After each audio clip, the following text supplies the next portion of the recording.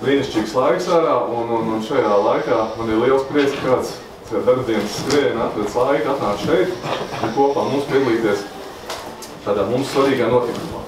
Bet, lai pie tā notikuma nonāktu, es gribēju bišķi tā kā pakāpties vēsturē, lai saprastu, kāpēc ir tāds formāts, kāpēc ir Liepainieki, kāpēc ir Mārtiņš Bonders atbrauc šeit, par ko arī īpaši paldies, jo Mārtiņš ir šodien piedalījies no rīta Saeimas sēdē, bet šodien jau ir Liepājā, jau sēdi šeit, jūs priekšā. Un tad bišķi jākāpjas apakaļ. Un tas tā mazliet, tikai ieskicējot, kā mēs nonākuši tā, ka gadus 4 atpakaļ, kad mēs gatavojamies iepriekšējām vēlēšanām, 13. gadā, tad faktiski man bija vienīgiem pieredze. Un tad es to pieredzi, cik nu varēju, dalījos. Šobrīd ir tā, ka mēs esam 4 gadus, tūlīt būs ne 4 gadi, esam diezgan izturējuši un nostrādājuši, manuprāt, konstruktīvu opozīcijā. Līdz ar to visi 5 mūsu deputāti ir guvuši pieredzi. Man liekas, darbs opozīcijā ir tas, caur ko var uztrenēties vēl ātrāk, vēl vairāk nekā strādājot koalīcijā. Jo koalīcijā lielā mērā jau tev pasniedz un visu sagramot, bet opozīcijā tev pašam tas ir jādara. Neviens ar karodu mutē tev neieliek. Nu un tad, kad pagājušo gadu rudenī mēs sākām domāt, ko darīt, tad bija tā sajūta, ka mēs, tas lēmums nevar būt pieņemts tāds, ko darām, ejam vai neejam. Tas lēmums iznāk tā, ka tātad spēlēšanās ir. Un tad sapratām to, ka to lēmumu jāpieņem ir nevis mums, bet jāpieņem ir Liepainiekiem. Mēs arī esam Liepainieki, bet jāpieņem ir tā, lai mums ir tiešām tā sajūta, ka visi pa īstam.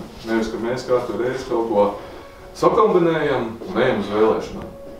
Tad mums bija, atcerieties, 11. oktobrī, un pēc tam 11. novembrī, pēc tam 5. decembrī bija 2 spēles, ko mēs ar Liepainiekiem kopā izspēlējam. Un tajās spēlēs, ko mēs ieguvām? Mēs ieguvām pārliecību par to, ka Liepainiekiem ir ļoti daudz lietas, kas ir svarīgas, ko grib mainīt. Atcerieties, atkal atgādināšu, ka mēs atradām lietas, ko uz miskasti ir jāved. Mēs atradām lietas, kas jāliek muzejā. Mēs atradām lietas, ko veidsmašīnā jāliek un jāmazgā, un tad viss atkal būs labs. Un mēs atradām tādas lietas, ko vajag kalē izkalt no jauna vai no jauna radīt. Un faktiski, kad šīs lietas bija atrastas, tad tajā nākošajā kārtā mēs mēģinājām saprast, kas to var izdarīt. Kas var šīs lietas reāli dzīvē ieviest, kas var panākt rezultātu. Tad sapratām, ka kaut kā daļa paši atkal, kāds no malas, uz tribīnu kāds teica, ka tā jādara, bet mēs paši, kad ir lietas, ko var izdarīt es pats, ir lietas, ko mēs varam izdarīt kopā ģimeni draugiem, ir lietas, ko var izdarīt pašvaldība vai valsts. Un savukārt tās sadaļas, kas mums Liepāja uztrauc, tas vairāk bija sadaļā pašvaldība. Un tā faktiski nevis tā kā uzstiepjot, ka tas ir pareizais, mēs nonācam kopā pie tā viedokļa un pa īstam, kad ir ļoti daudz jautājumu, ko var nokārtot tikai pašvaldībā esot. Tā radās biedrība Liepainieki, ko mēs nodibinājām šī gada sākumā. Un tie, kas nezina, pie reģistrācijas apliecību plauktā, paldies Dievam, mums ar dokumentu viss ir kārtībā. Un neviens mums neko nav atcēlis. Un ir nākušais loģiskais solis. Nākušais solis, lai startētu pašvaldības vēlēšanās, kas notiks šī gada 3. jūnijā, ir jābūt, vai piedalīties vēlēšanās tikai politiskā partija. Tad, teiksim, Lietuvā ir tāda iespēja, kāda ir biedrības, pašvaldības vēlēšanās drīkst piedalīties, tā Latvijā šāda iespēja nav. Ir attiecīgi vēlēšana apgabals, kur iedzīvotāju skaits ir mazs, drīkst būt vēlēšana apvienības, bet Liepāja nav to skaitā, tad mums ir piedalīties tikai reģistrēta politiskā partija. Tad pie šī soļa es pieņemu, ka diezgan ilgs laiks un arī kaut kādu jaudu kapacitāti un intelekts tika pavadīts, jo diezgan daudz partijas, ar kurām notika sarunas. Es pat teiktu, tā lielākā daļa nevis pēc mūsu iniciatīvas, bet pēc citu partiju pašu iniciatīvas un aicinājumiem. Tad esam nonākuši beidzot līdz, nepieminot neko citu, bet esam nonākuši līdz šodienai, kad mums ir dibināta biedrība, mums ir nelielas, bet tomēr birojas, tā ir vieta Liepājas pašā sirdī pie Rožu laukuma jaunajā Romas mums dārzā. Un milzīgs paldies Ivaram Kesenfeldam, kurš šobrīd ir Anglijā, gan jāsaka, bet kurš mums nāca pretī un šīs telpas izīrēja. Tā ir vieta, kur mēs varam satikties, kur mēs varam mainīties ar to, kas mums ir. Un šeit es nedomāju mainīties varbūt ar šurpēm vai krētojiem, to arī var darīt, protams, bet mainīties ir zināšanām un pieredzi. Un tā ir lieta, kur mēs esam paredzējuši, kur mēs būsim pieejami, kur būs pieejams arī jurists. Un tā ir vieta, ja liepājniekiem būs vēlme satikt, piemēram, doktoru Lailu Latiķu, tad noteiktā dienā, noteikti stundu vai stundas viņš būs šeit, un viņa varēs šos jautājumus uzdot un aprunāties. Tāpat par mani, par Lindu, faktiski par jebkuru cilvēku, kas mēs šeit biedrībā esam, kuram ir ar ko dalīties.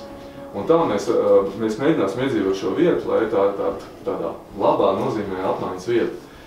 Nu, un tad arī par to otro notikumu, kāpēc arī Mārtiņš šeit ir, kad mums ir sagatavots līgums, un tā izvēle ir tāda, ka mēs esam izvēlējušies Latvijas reģionu apvienību.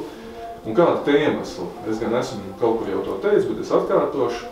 Tātad ir 3 galvenās lietas. Tātad Latvijas reģiona apvienība, tā ir partija, kas ir pie varas, un kurai, atšķirībā no citām partijām, reģioni ir visu viņas politikas mērķis un pamats.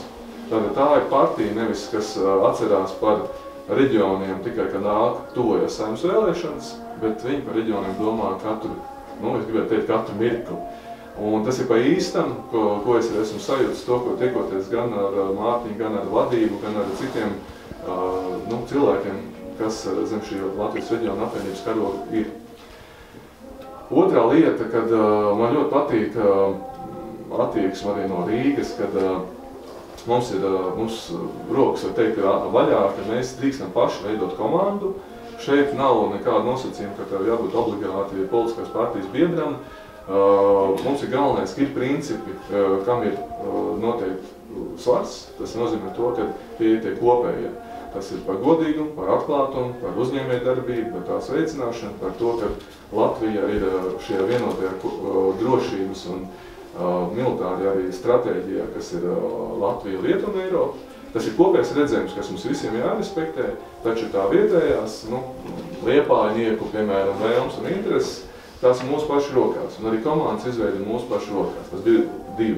Un trešais, tā ir Mārtiņa Bondara spilgtā personība, ko mēs noteikti vērtējam, kad mūsuprāt, tas nav manas prāt, bet mūsuprāt, kad Mārtiņš ir jaunās paudzes politiķis visspilgtākais, un kurā mēs redzam un ceram, kad nākotnē, kad būs tikai potenciāls pieaugt, un arī mūsu katrā ziņā uzrunā tas, ka Mārtiņš šodien sastāda ļoti nopietnu konkurenci Rīgā esošai varai, esošajam mēram, un tāda konkurence nav bijusi pēdējos 8 gadus.